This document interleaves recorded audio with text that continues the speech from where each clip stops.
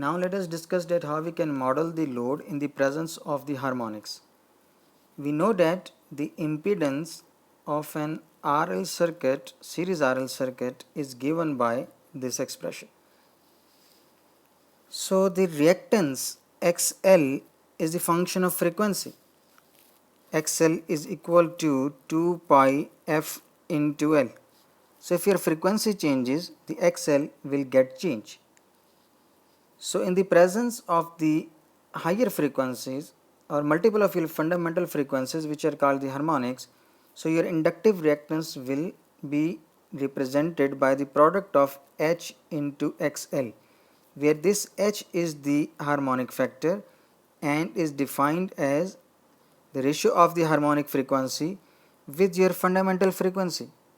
So if the system have the second harmonic or the third harmonic and so on, so your reactance will be updated because of the increase of the frequency. So your impedance is the function of the harmonic and is given by this equation. Okay, so in this H is the harmonic order.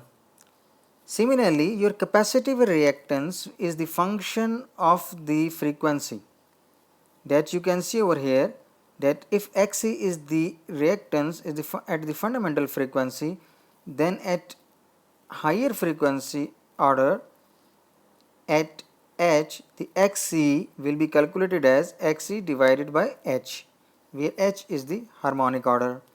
So your inductive reactance and capacitive reactance are the function of the frequency. So if you have harmonics in your system, you must model the impedance including the effect of those higher frequencies, and that is modeled by multiplying your inductive reactance and capacitive reactance. Capacitive reactance is divided by H, that is the harmonic order. Okay, so in these two articles, inductive impedance and capacitive impedance, we have seen that how the inductive and capacitive reactance changes with the frequency. What about your resistance? To look at the effect of higher frequency, we will have to see the skin effect. So what is this skin effect? As the frequency increases, conductor current concentrates towards the surface. More current flows over the surface while the inner core of your conductor remains empty. Therefore, the AC resistance increases and the internal inductance decreases. So with the increase of the frequency, the skin effect increases. So we will have to increase or update the resistance in the expression of the impedance. So in the previous slide, we discussed at how we can update the inductive reactance, but now over here you can see this factor of under root H that is used to update your resistance with the increase of the frequency, where this H is the harmonic order and this under root H is basically multiplied with this resistance R to accommodate the effect of the skin resistance, because when you will be having the harmonics, so harmonic current will be concentrated at the surface of the conductor.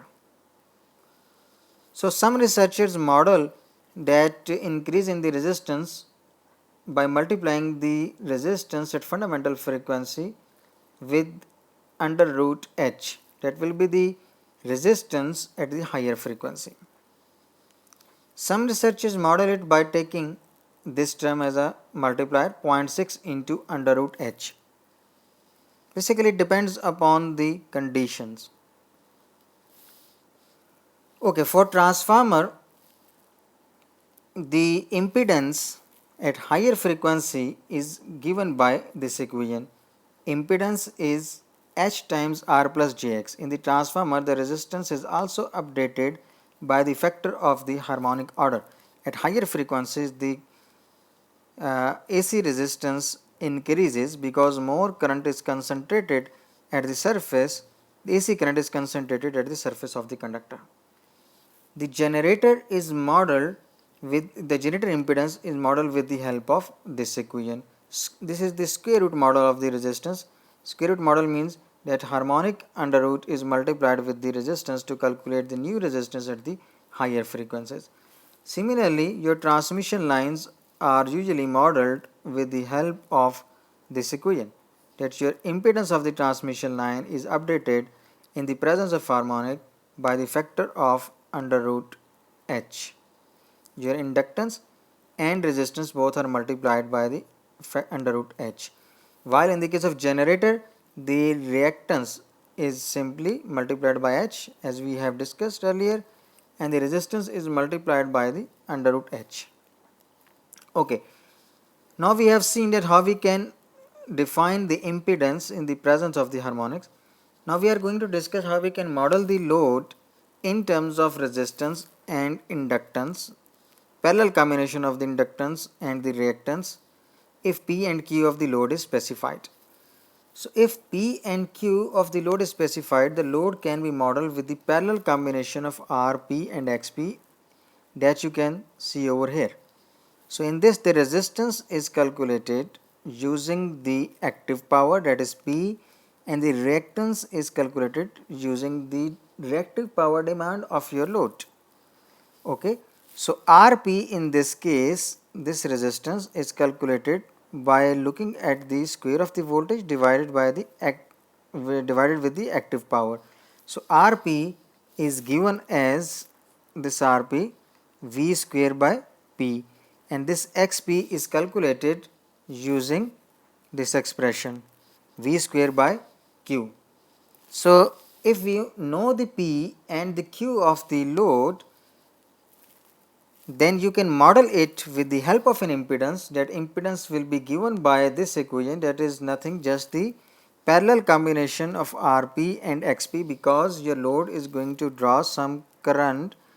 One part of the current, that is Ip, let us suppose, that is for the active power, and the other part of the current is Iq, that is for the reactive power, and the total current of the system will be I, that is providing, that is sum of, that is basically the vector sum of Ip and Iq.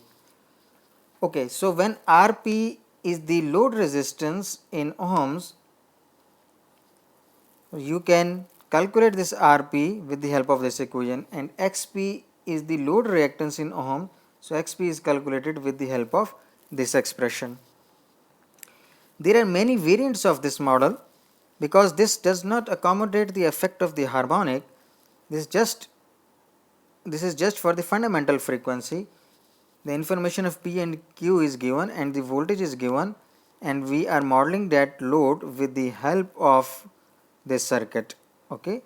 Now if we want to look at the effect of the harmonics, we will have to model this harmonics impedance in terms of harmonic factor H. So let us move over here and see that how other models accommodate the effect of harmonics. So Rp, that this factor you can see over here, 0.1 into H, that is the harmonic order, plus 0.9 times the P. So your P is affected because of the presence of the harmonics in your system. Okay. So based upon harmonics, your resistance Rp is updated according to this expression, and your reactance is updated according to this expression. You can see this additional part with respect to these two. This was the expression for Rp and this is the expression for Xp. So with respect to that, your Rp and Xp are updated based upon the percentage of the harmonic. Here we have considered 10% harmonic. If you have 20% harmonics in your system, so you will be taking this factor equal to 0.2 and so on. So whatever is the percentage of your harmonic, that is used over here to take the effect of harmonics over the Rp and the Xp, that is over the impedance of your load, and that will be reflected in terms of P and Q variation as well. Okay. So when you have the power electronics load in your system, because of that there will be the harmonics. So those harmonics will affect the performance of your power system, because the power system will have to, the source will have to deliver the high frequency currents, and those currents will be passing through the impedances in your power system. So the voltage drop across that one will be affected. Okay, now let's look at an example. Okay, let's suppose that we have a 3-phase purely resistive load of 50 watt that is being supplied from a 50 Hz 3-phase 480 volt supply. At the time of the measurement, the load was 48 kilowatt and the voltage waveform has the 12 volt of 5th harmonic, 9 volt of 7th harmonic. Assume that the load resistance varies with the square root of the harmonic order. Okay, so now let's look at how we can model this load first of all. So as we have the harmonics, for every harmonic there will be a model. So R1, the load resistance, can be calculated for the fundamental harmonic by taking the fundamental component of the voltage divided by the active power for the fundamental component. Okay, we have the system of 480 volt. So if we want to calculate the resistance for one phase, so this voltage should be of phase. So 480 divided by under root 3 divided by the power of that particular phase. So total power is 48 kilowatt. So for dividing it by 3, you will get the power for one phase. So this will be equal to 4.8 ohm. This is the resistance R1 that is representing the load at 480 volt divided by under root 3 for phase voltage, if this is the neutral point. Okay, and for the fundamental component, because the fundamental load is 48 kilowatt. Now if you know the fundamental component, resistance for the fundamental component, you can find out the resistance for the 5th harmonic or the 7th harmonic. So resistance for the 5th harmonic will be R1 into under root H. It will be updated by the square root of the harmonic order, and this comes out to be 10.733 ohm. So for 5th harmonic, if that is present in the voltage waveform, the resistance offered will be different, that will be 10.733. High frequency current will be flowing at the surface and more resistance will be offered by the same conductor. Now R5 is equal to R1 into under root H, sorry, R7 will be equal to R1 into under root 7. So for 7th harmonic, this resistance will be offered. Okay, now let's calculate the currents for different resistances that we have calculated. The fundamental resistance will draw the current according to its value, and that is 4.8 ohm. So phase voltage divided by the resistance of fundamental resistance, so your current will be 57.74 ampere. The current because of the 5th harmonic will be calculated with the help of this equation. Here you can see this is R5 that we calculated above. So 5th harmonic current is 0.645 ampere and its voltage was 12 volt. This is V5, and for the 7th harmonic the voltage level is known to us, that is 9 volts. So 9 volt divided by under root 3, having the phase voltage of 7th harmonic divided by its impedance, so you will get the current for the 7th harmonic. So now looking at this, you can find out the THD, total harmonic distortion, and how it is calculated: harmonic voltage compared with the fundamental component.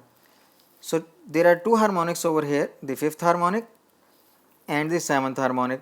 So 5th and 7th harmonic compared with the fundamental component. So 5th harmonic is 12 volt, 7th harmonic is 9 volt, and fundamental component is 480. So your THD in the voltage waveform will be 3.125%. And similarly, if you calculate the current, 5th harmonic current and 7th harmonic current and fundamental current is known. So if you plug in all of these values, you will get distortion equal to 1.323. And then calculating the TDD for the current, so you will be taking the vector sum of the 5th and the 7th harmonic and comparing it with the total RMS value. So total RMS value is this one that you can see over here. This is the total RMS value calculated with respect to 50 kilowatt. That was the total load current. If I go and look at this statement, here you can see the total current is 50 kilowatt. Okay, so 50 kilowatt divided by under root 3 divided by 480, the voltage that you have applied 480 volt. So per phase current, total current is 60.14 ampere. And if you calculate the fundamental component and fifth harmonic and seventh harmonic, those currents are these ones. So TDD is basically the ratio of the harmonic current with respect to total RMS. So this is the total harmonic current, this is total RMS, so this comes out to be 1.27%. So this example explains you that how you can model the current, how you can model the system in terms of resistance and inductance for a particular harmonic order. If higher frequencies are present, your power system or the impedance will look like different to that high frequency voltage, and definitely there will be a different current for that high frequency voltage. So that will distort, the harmonics will distort your voltage and current waveform. So you can also calculate the distortion with the help of expressions those discussed over here. Okay, that's all from this video. Thank you very much.